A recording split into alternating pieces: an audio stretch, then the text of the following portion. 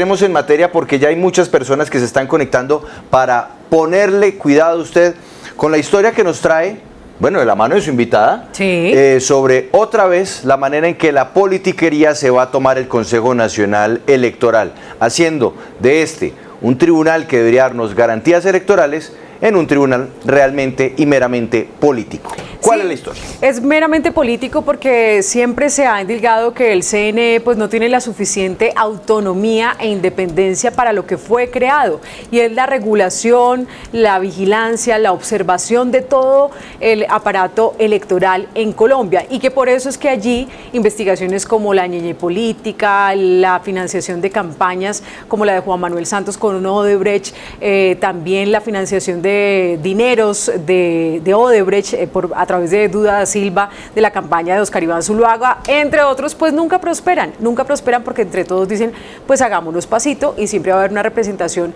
política de aquel que puede verse afectado. Por eso hoy les vamos a hacer la radiografía de qué va a pasar en el Consejo Nacional Electoral. Además ya están contra el tiempo, Juan Pablo, ¿es mañana o es mañana que tienen que decidir? Porque ya ha habido varios aplazamientos además. Entonces, mañana a las 3 de la tarde está citada la plenaria del Congreso para elegir 9 magistrados. Algo es claro, Andrea, y esto es lo primero que tenemos que tener en cuenta a la hora de tocar este tema, y es que pareciera que para algunos personajes políticos que no salieron elegidos en las pasadas elecciones de Congreso, pues el Consejo Nacional Electoral se convirtió en la tabla salvavidas, en el bote que les permite mantenerse vivos en la actividad política y sobre todo pues devengando como devenga un magistrado, con los privilegios que tiene un magistrado y además teniendo representación política al interior del aparato estatal. Que eso es lo que más le sorprende a uno. En lugar de tener unos expertos en materia electoral, están unos expertos en la politiquería de siempre del Congreso, ¿no? Tal cual, esa es la crítica, y hasta que no haya una reforma política de fondo, pues va a seguir pasando lo mismo, pero había unos mínimos, y aquí quiero saludar a mi invitada, había unos mínimos de acuerdos de los partidos políticos para que eso no fuera tan así, que por lo menos se respetaran ciertas normas y que primara el conocimiento más allá de esos acuerdos políticos, pero parece que no se está cumpliendo. Saludo a esta hora a Alejandra Barrios, directora de la Misión de Observación Electoral MOE. Alejandra, bienvenida a Sigla W en Digital. Hola Paola, Andrea, Juan Pablo, ¿cómo están? Qué pena, no alcancé a escuchar la pregunta porque exactamente estaban dándome paso para poder ingresar a la conversación con ustedes. Paola, no sé si me la puedes repetir. Sí, Alejandra, quiero preguntarle cuáles son esos mínimos que están incumpliendo los partidos políticos para que esto no se vuelva pues lo de siempre, con repartijas burocráticas, politiqueras. ¿Qué están incumpliendo los partidos? Mira, nosotros le solicitamos a todas las organizaciones políticas que para este proceso de elección del Consejo Nacional Electoral, Paula, y sobre todo después de que casi nos pasa un tren por encima, en las últimas elecciones que tuvimos a Congreso de la República se tuvieran al menos 3 criterios. El primero de los criterios, que fueran candidatos y candidatas que no hubieran participado en las elecciones del 2019 y las elecciones del primer semestre de este año. En segundo lugar, esto para evitar que estemos volviendo a políticos magistrados, porque lo que van a elegir mañana son 9 magistrados del Consejo Nacional Electoral que deben tener exactamente las mismas calidades de un magistrado de la Corte Suprema de Justicia. En segundo lugar, pues algo que parece obvio, pero no ha sido tan obvio, y es que conozca sobre temas electorales. Y en tercer lugar, que no haya sido en los últimos 3 años al menos un directivo de alguna de las organizaciones políticas que va a postular candidatos.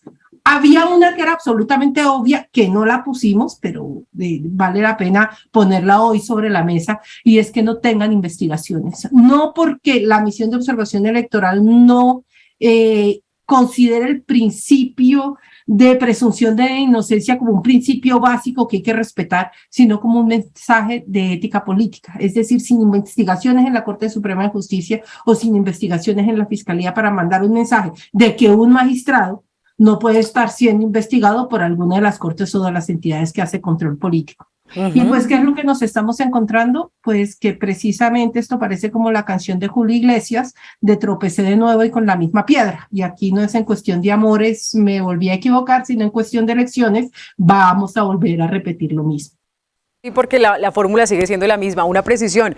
Yo dije Duda da Silva, pero no, por supuesto es el señor José Eduardo Cavalcanti de Mendoza, que el Duda publicista. Mendoza. Claro, Duda Mendoza. ¿Y quién es Duda da Silva? Yo Es no como sé una mezcla que usted No, hizo entre sí. Lula da Silva. Sí. Sí, porque como él fue publicista que asesoró la campaña de Lula da Silva, entonces fue un lazo. O de pronto Chica da Silva, ¿se Chica da acuerda? Silva. La telenovela Sí, que sí, pasaban sí. en City TV, que era terrible y larguísima. Pero bueno, estamos hablando Que era la desde el esposa del publicista que ya falleció y que supuestamente a través de él habría ingresado pues dinero de 1,6 millones de dólares a la campaña de Oscar Iván Zuluaga vía Odebrecht. Bien, Alejandra, con esos acuerdos mínimos, ¿eso en dónde se firmó? ¿Por qué se comprometieron? Y ahora, ¿qué le dicen a la MOE los partidos políticos de por qué no están cumpliendo?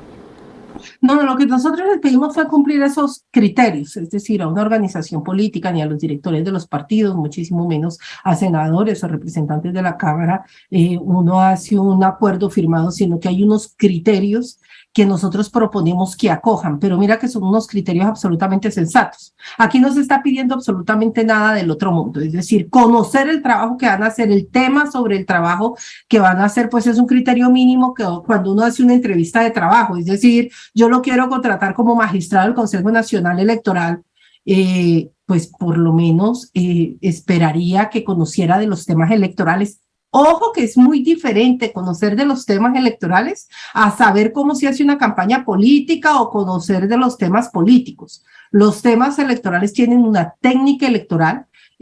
Todos los vimos en las últimas elecciones donde creo que todos aprendimos muchísimo de cómo se hacen los escrutinios, cuáles son las reglas, cómo se define el censo electoral, cómo se manejan los software, cuáles son las garantías que se deben tener en materia de auditorías, que no es lo mismo que haber participado durante varios periodos como candidato en una campaña electoral que tienen otras preocupaciones que no son precisamente las reglas electorales.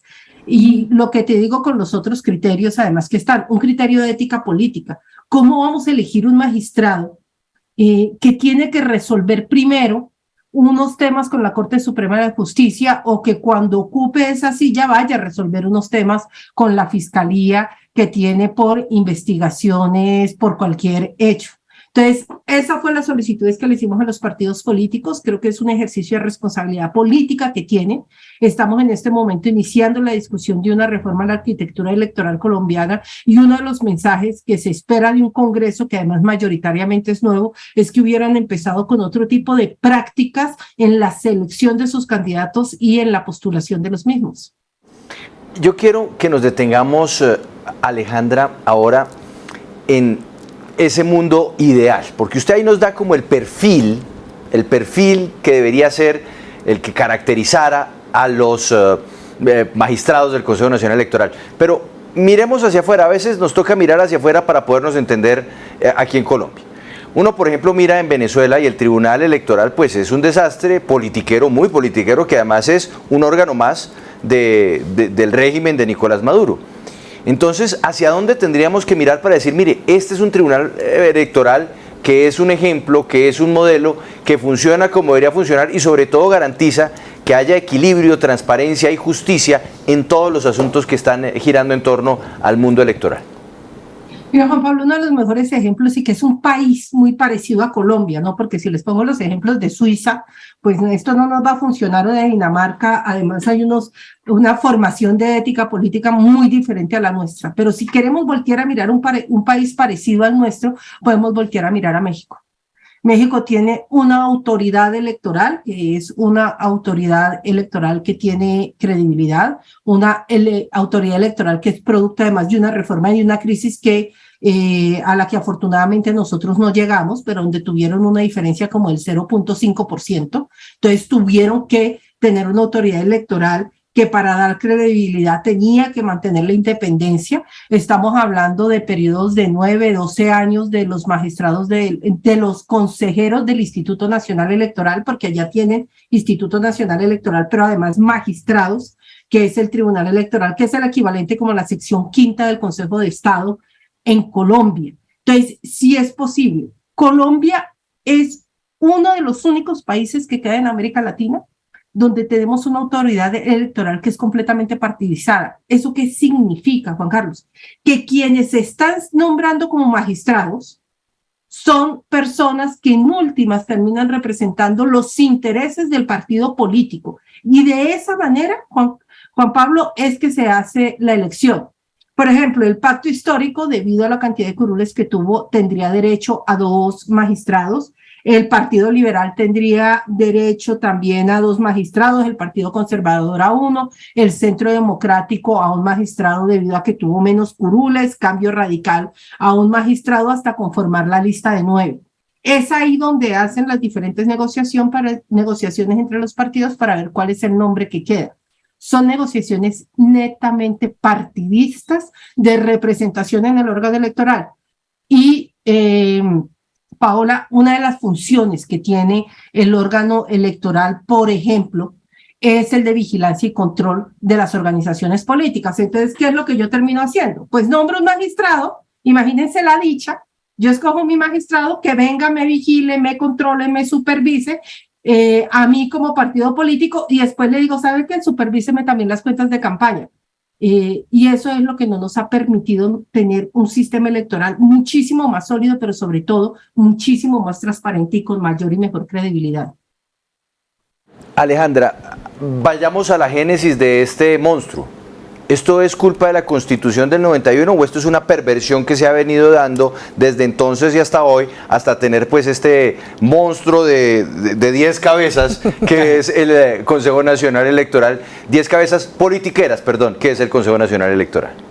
Pues mira, Juan Pablo, que ojalá hubiéramos creado un monstruo, pero ni siquiera alcanzamos a monstruo. Lo que hicimos fue un ente amorfo que no tiene capacidad ni siquiera de vigilancia y control, porque como los partidos políticos los eligen, tomaron además la decisión de darle la menor cantidad de capacidades técnicas para que pudieran vigilarlos y controlarlos. Y yo creo que la imagen es muy diciente cuando uno entra a la Registraduría Nacional del Estado Civil. Ustedes van por la 26 y ven un edificio gigantesco que dice Registraduría Nacional del Estado Civil.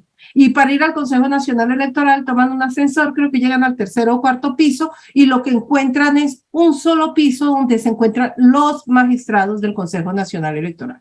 Entonces, lo que tenemos es un cuerpo atrofiado que se denominan magistrados, que no tienen capacidad de vigilancia y control, que son elegidos, y la fórmula, que era la pregunta que me hiciste, esa se hizo una modificación a la Constitución de 1991, antes no era elegido por el Congreso de la República, por el Consejo de Estado, termina la decisión en el Congreso de la República, porque lo que se estaba buscando, me imagino yo, en ese debate que se dio y que terminó siendo aprobado, es poner un queso, que es nuestro sistema electoral, en la mitad, y poner los ratones, Andrea, a cuidar ese queso. Entonces todos los ratones se miraban y la idea era que nadie fuera por el queso. Lo que terminó pasando es que todos los ratones se miran y se turnan y van por el queso. Entonces, ese sistema no funcionó. O sea, eran los ratones cuidándose entre ellos mismos, pero en lugar de eso, los ratones decidieron, es que está buenísima esa analogía, Andrea. No, cuidemos entre todos el quesito. Exactamente, no, más bien entre todos vamos a roer el queso. Sí, pero uno por uno. De a poquito.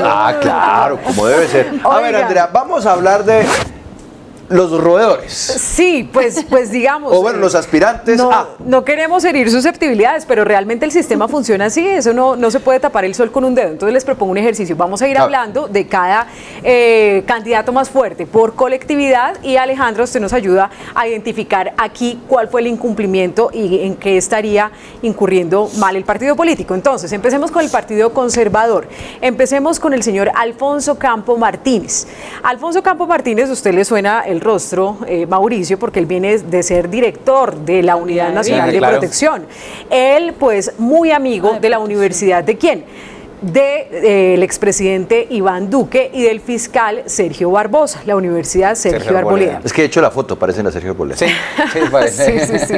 Entonces, él lo postuló al Partido Conservador, pero parece que también fuera una cuota ahí, pues, del uribismo, por esa cercanía que tuvieron, por eso es que lo nombran en la UNP. Él viene del Partido Conservador de una familia muy conocida, Juan Pablo, que es toda la familia Campos Soto, hijo de Alfonso Campos Soto, quien fue congresista, viceministro, embajador embajador, candidato a la gobernación de Cesar, y ustedes recuerdan que también él fue señalado por Daniel Coronel en una columna cuando habló de Díaz de Campo, que el entonces procurador delegado para las fuerzas militares de Alejandro Ordóñez, Eduardo Campos Soto, estuvo viajando en un helicóptero de las fuerzas militares a quien él investigaba y que también lo hizo en compañía de su sobrino, quien era pues personero de Valledupar.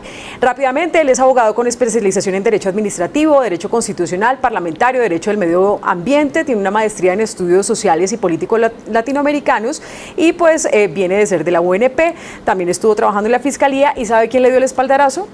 Carlos Trujillo, el senador y ahora líder del Partido Conservador. Ahora presidente del conservatismo. Y gracias a ese espaldarazo, pues le gana el pulso a Esperanza Andrade, excongresista. ¿Qué podemos decir de este caso, Alejandra Barrios, directora de la MOE?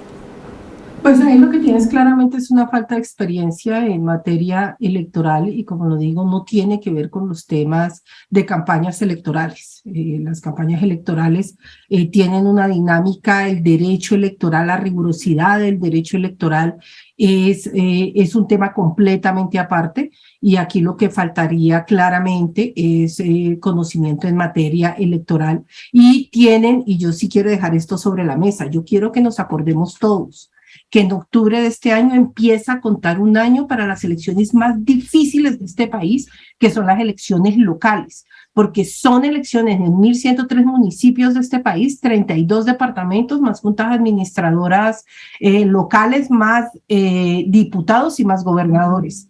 Así que ahí viene una curva de aprendizaje que es muy fuerte y uno preferiría tener claramente una persona con conocimientos y experiencia en materia electoral.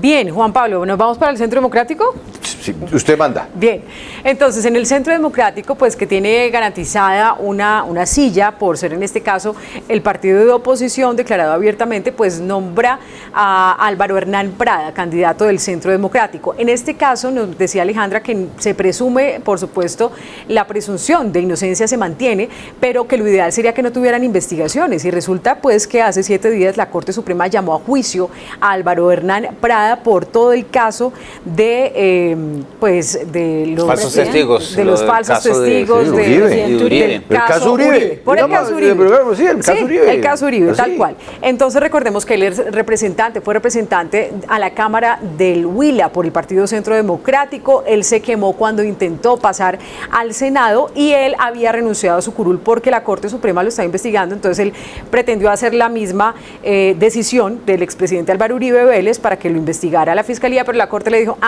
usted se queda acá, y pues finalmente hace 7 días lo llama a juicio. ¿Qué podemos decir de este caso, Alejandra? Pues yo creo que el énfasis está precisamente donde tú lo pusiste.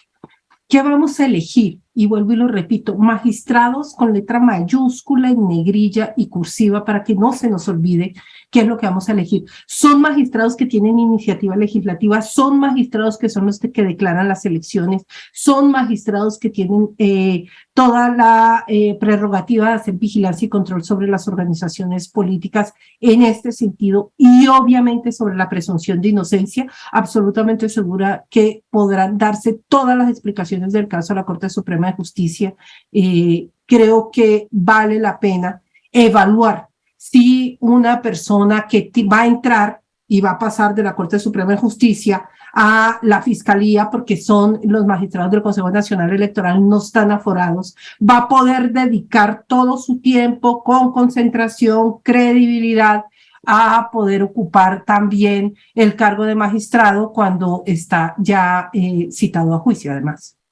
Bien, seguimos entonces rápidamente. En Cambio Radical está César Lorduy. Él es uno de los quemados. Es un quemado, sí, es un quemado. Viene de la Cámara de Representantes por el Atlántico, pero no pasó en las pasadas elecciones, se quemó y él es muy cercano a la Casa Char. Viene del sector empresarial, con monómeros, con Asoportuaria, con la CAR Atlántico, pero este es uno de los cuestionamientos también que se hace, que los quemados entonces los partidos los reciclan y llegan allí con una representación política con claros intereses que pueden favorecer o no a sus jefes políticos, en este caso la familia Char.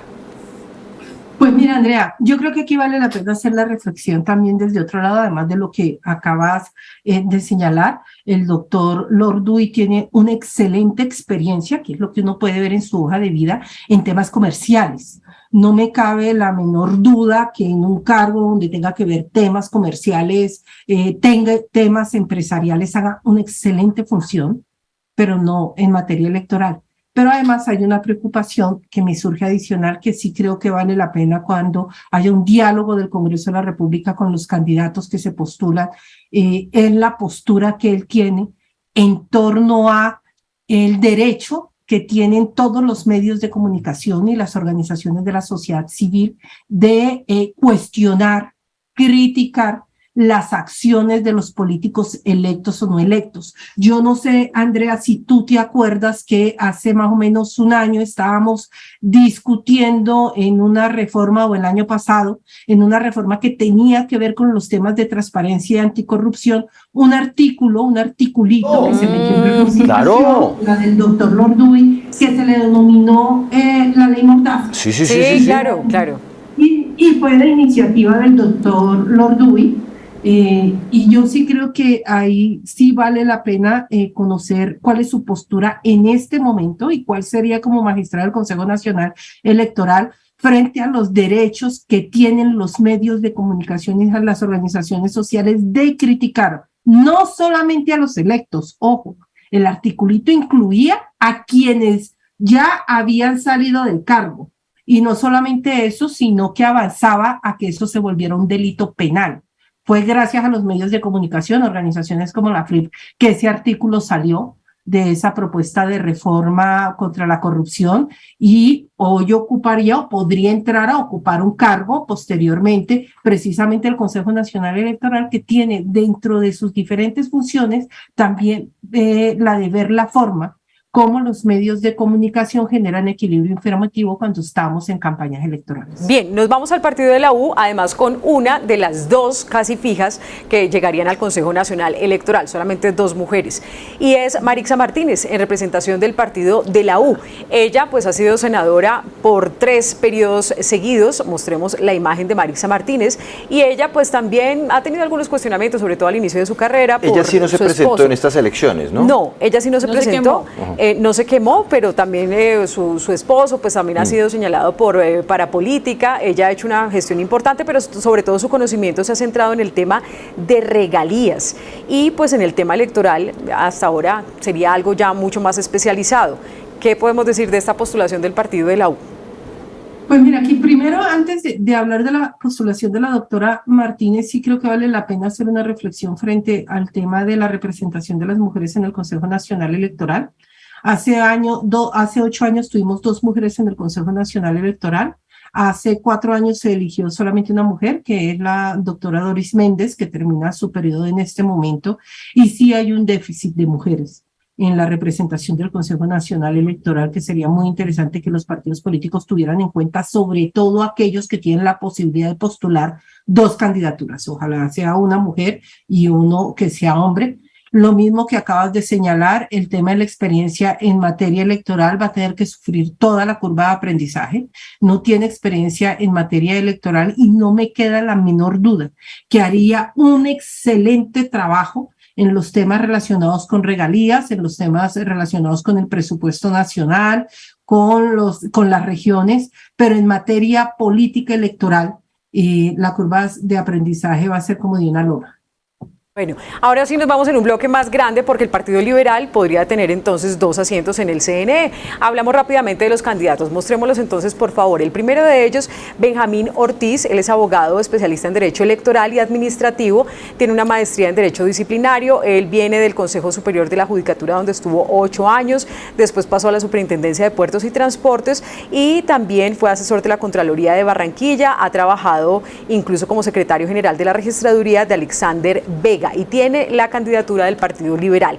El siguiente es Altus Vaquero, es abogado especialista en Derecho Administrativo con doctorado en Derecho y él arrancó en la registraduría en 2008 como profesor universitario, después pasó al Congreso, la Unidad de Víctimas y ahora está con Carlos Camargo, que de hecho hay una denuncia, Juan Pablo, y es que él certificó una experiencia que no estaría constatada y que además se la certifica una empresa que él mismo contrató siendo secretario general de la Defensoría. Estaría inhabilitado en principio, ¿no? En principio estaría inhabilitado, eso es lo que le reprochan, y también le reprochan que estaría haciendo campaña indebida utilizando su cargo como secretario general de la Defensoría del Pueblo. Y finalmente, por el Partido Conservador, aunque parece que con menos posibilidades, está... Partido Liberal. Perdóneme, Partido Liberal está Harry González. Usted sabe que pues él viene de ser representante de la Cámara por el Caquetá, él es especialista en Derecho Administrativo, Administración Pública Contemporánea, y él, bueno, después de aspirar incluso a la gobernación de Caquetá, dijo, esta vez no aspiro para ganarme el respaldo del Partido Liberal, pero ahora parece que de los tres es el que menos tiene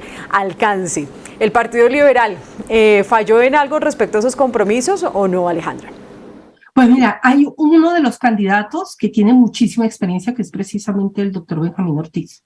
No solamente ha estado en la Registraduría Nacional del Estado Civil como secretario general, fue secretario tan general y creo que durante muchísimos años, yo no sé, la memoria me puede fallar, pero alrededor de 10, 12 años también del Consejo Nacional Electoral, es una de las personas que sabe de electoral de este país.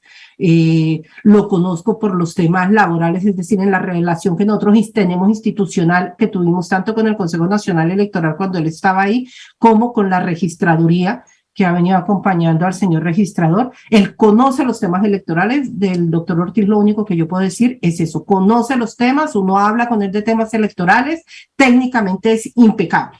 En esa materia, con el doctor Altus, lo mismo que tú señalaste, Andrea, a nosotros nos hicieron llegar la misma información que tú tienes frente a una presunta no concordancia de la información de experiencia laboral frente a lo que se pide como requisitos para el Consejo Nacional Electoral. Ese es un tema que el Partido Liberal tiene que verificar, tiene que resolver, porque si no lo que pasa es que se hace una elección, pero después esa elección, si no se cumple con los requisitos, pues obviamente van a tener que regresarse y hacer la elección subsiguiente. Y frente a, ¿cuál era el tercer nombre que me señala la doctora? Harry González, ex representante de la Cámara. El doctor Harry González lo que tiene es experiencia, muchísima experiencia en materia de,